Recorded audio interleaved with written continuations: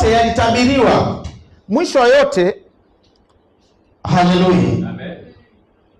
Wakati Yesu sasa amefufuka, wanafunzi wake wakawa wengine wanabisha haiwezekani, baada ya kuamini kwamba amefufuka.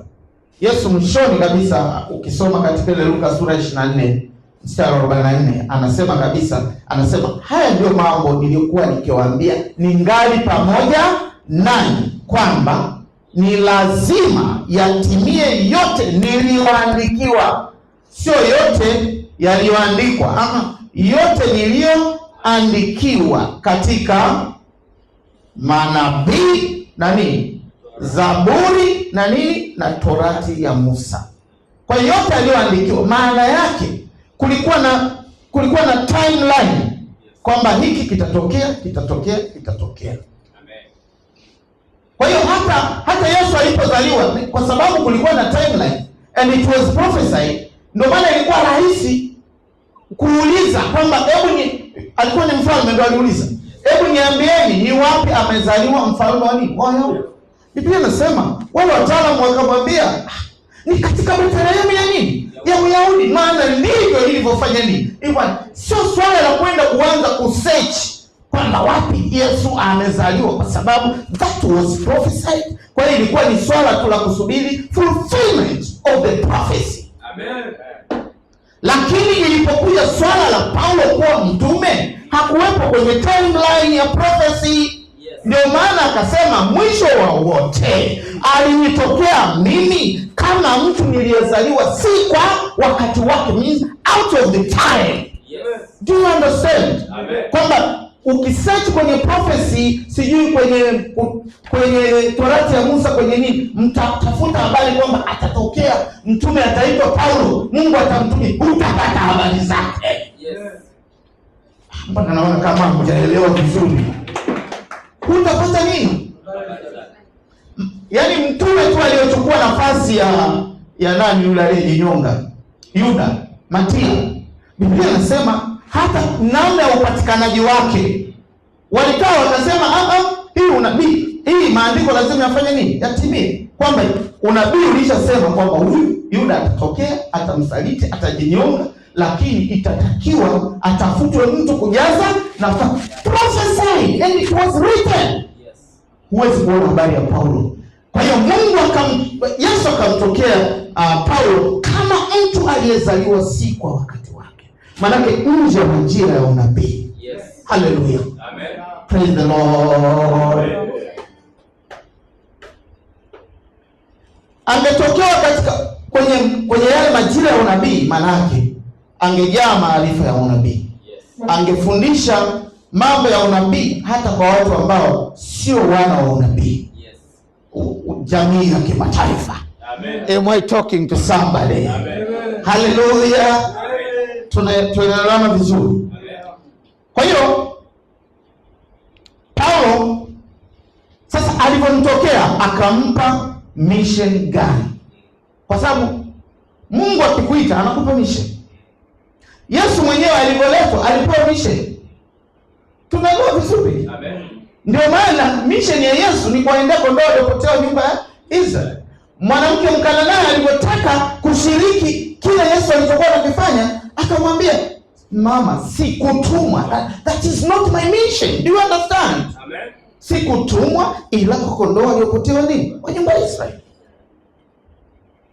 Na hii Waisraeli wenyewe walijua. Hata yule akida ambaye kijana wake, mfanyakazi wake alikuwa anaumwa, hakuwa Myahudi. Alipotaka Yesu amfanyie muujiza, ilibidi wanafunzi Wayahudi wajenge hoja kwa Yesu. Wakamwambia, Bwana, huyu anastahili kutendewa huu muujiza kwa sababu aliijengea Israeli sinagogi. Ndio ile kwamba bariki Israeli ili ufanye nini? Ubarikiwe. Ilikuwa kwa sababu hiyo, kwa sababu Israel was the channel of blessing by them. Yes. Wangapi tunaenda pamoja? Amen. Kwa hiyo akida alipokea ule muujiza sio kwa sababu alikuwa na sifa ya kwamba ni Myahudi. No, ni kwa sababu alitimiza sifa nyingine ya kupokea baraka za Mungu kama sio Myahudi, kwa kulibariki taifa la Israeli. Ndio maana Mungu alimwambia Ibrahim, atakaye kubariki nitafanya nini? Kwa hiyo akida alijenga sinagogi kwa Israeli, alistahili baraka, na yule kijana wake akapokea muujiza. Hiyo ndio principle.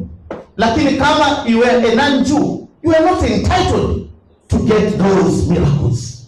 Uko entitled. Wangapi tunaenda pamoja? Haleluya. Haleluya. Ndio maana wote ambao hawakuwa Wayahudi waliipata kwa shida kweli kweli. Mwanamke Mkananayo mpaka akaitwa mbwa. Kweli si kweli? Bado akajenga hoja. Bwana, hata mbwa hula yale magombe leo anguka chini ya meza, sio? Yesu alipoona akasema, sijaona imani kama hii hata katika Israeli. Why? Kwa sababu gani? Alitarajia hii imani ndio ionekane kwenye hadhira aliyopewa, yaani hadhira ya nini? Ya Israeli. Hakuiona. Akaambia mama, iwe kwako kama utakavyo. Haleluya. Amen. Wangapi tunaenda pamoja? Amen.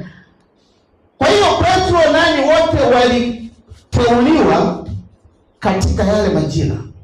Kwa wakati. Paulo ni nje ya wakati. Amen. Na kwa sababu ni nje ya wakati, misheni yake ndio maana wale waliokuwa ndani ya wakati waliambiwa, msiende kwa mataifa wala kwa Wasamaria, bali shikeni njia kuwaendea kondoo waliopotea wa nyumba ya Israeli. Sasa tumsikilize Paulo. Sauli wakati anaitwa, ambaye ametokewa kama mtu aliyezaliwa si kwa wakati wake, tuone anapewa the same mission or different. Mambo yanatakiwa yawe detailed kiasi hicho. Sio tu Luka unaanza. Tuone Mungu anatuambiaje katika Luka. Was he talking to you? Ukichukua hiyo mtapoteza watu. Kwenye Ayubu Mungu alimuuliza shetani, kweli si kweli? Akamuuliza shetani, umetoka wapi? Ni swali lililokuwa directed kwa shetani. Sasa Ayubu angekuruka pale, Mungu nimemuuliza shetani, sio yeye. Kwa hiyo hata sasa hivi mjue hiki ninachomfundisha mtu ni cha kwake. Ni cha kwake. Is he or she the right recipient of the message? Wanaponielewa? Amen. Does she deserve to receive that or not? Matendo ya Mitume sura ya 9. Tuone mission ya Paulo sasa.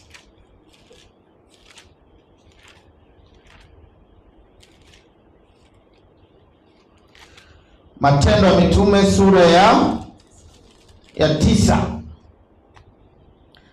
Mstari wa 15. Kama tumefika tuseme amina. Amen. Kama tumefika tuseme amen. Amen.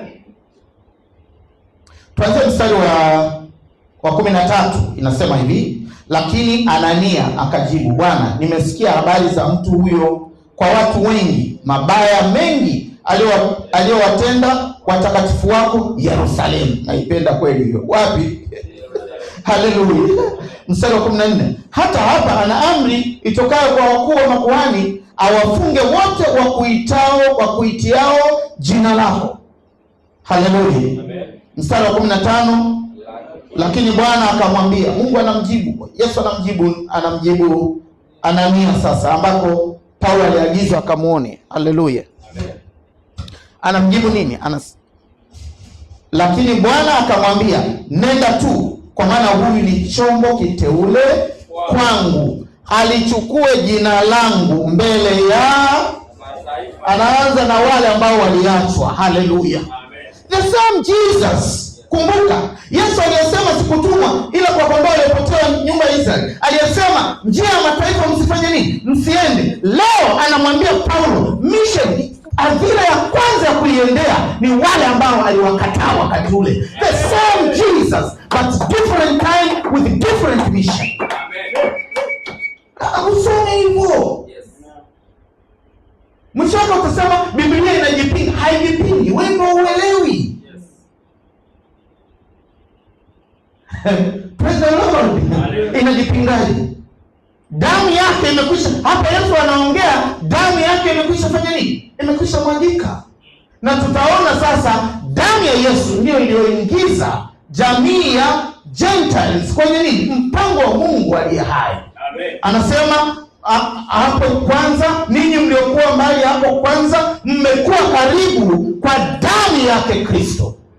Hii damu ya Kristo ndio ikatuleta karibu na Mungu. Amen. Wangapi tunaenda pamoja? Anawaambia alichukua jina langu mbele ya mataifa. Biblia yako ya Kiingereza inataja nations. Soma, mbele ya nini? Mbele ya nini? Tunaona hapo mhubiri amevimba. Paulo alichukua jina kwa mataifa mbalimbali. These are not nations. Gentiles, non-Jew. Ni non-Jew. Mtu ambaye sio Myahudi. Ndio yule ambaye akina Petro alizuiwa kwenda, Paulo ndo anaambia anza nao. Ndio maana sehemu nyingine anajitambulisha kwamba kama mimi nilivyo mtume kwa mataifa. Ayayaya. Do you understand? Amen. Hallelujah. Amen. Na kwa sababu Paulo anapewa huduma ya kupata aina ya kanisa ambalo composition yake si Wayahudi peke yake, bali ya mtu mpya anaitwa, Biblia inasema akawafanya wale waliokuwa wawili kuwa mtu mpya mmoja. Sio kuwa mmoja, kuwa mtu mpya mmoja. Huyo mtu mpya mmoja ni nani? Ni kiumbe kipya. Is neither Jew nor Gentile. He is a new creature. Praise the Lord. Ndio maana akawaambia sasa, wewe kwa sababu mimi naenda kutengeneza kanisa linaloitwa mwili wa nini? Wa Kristo. Sasa utawaendea wote, kwa sababu kila atakayeamini anaacha kuwa Myahudi, anakuwa kiumbe kipya. Mataifa akiamini anaacha kuwa mataifa, anakuwa kiumbe kipya. Mfalme akiamini anaacha kuwa mfalme, anakuwa kiumbe kipya. Na kwa sababu hiyo waendee wote. Ila anza na hao ambao niliwaacha. Hebu tusome hapo inasemaje? Oh, haleluya. Tuendelee hapa. Alichukua jina langu mbele yao mataifa na wafalme na watu gani? Na wana wa Israeli. Ndio maana utaona Paulo aliwahubiri wote. Toka Mathayo moja hadi Yohana mwishoni, hutaona neno linaloitwa kiumbe kipya. New creature utaiona. Amen. Why? Kwa sababu unaposema new creature maana yake neither A no B. Yes. Wakati huduma Mathayo hadi Yohana ilikuwa ni kwa kondoo waliopotea wa nyumba ya Israeli. Hao wengine. Ndio maana walipoingizwa hawa ndio new creature ikaingia. Amen. Kiumbe kipya ikaingia. Mathayo hadi Yohana kuna kitu kinaitwa kuzaliwa mara ya ngapi? Ya pili. Na kuzaliwa mara ya pili ni doctrine kwa ajili ya wana wa Israeli. Yes. Ni Yohana ile wakati Yesu anazungumza na Yesu anazungumza na Nikodemu. Mnakumbuka? Yohana sura ya 3.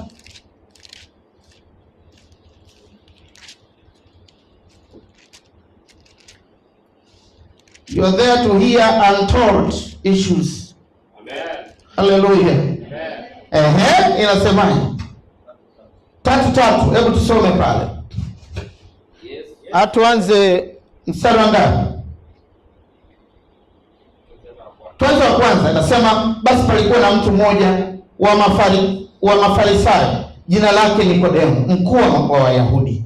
Huyo alimjia usiku akamwambia, Rabi, twajua ya kuwa umwalimu umetoka kwa Mungu, kwa maana hakuna mtu awezaye kuzifanya ishara hizi uzifanyazo wewe, isipokuwa Mungu yu pamoja naye. Yesu akajibu akamwambia, amina amina nakuambia, mtu asipozaliwa mara ya nini?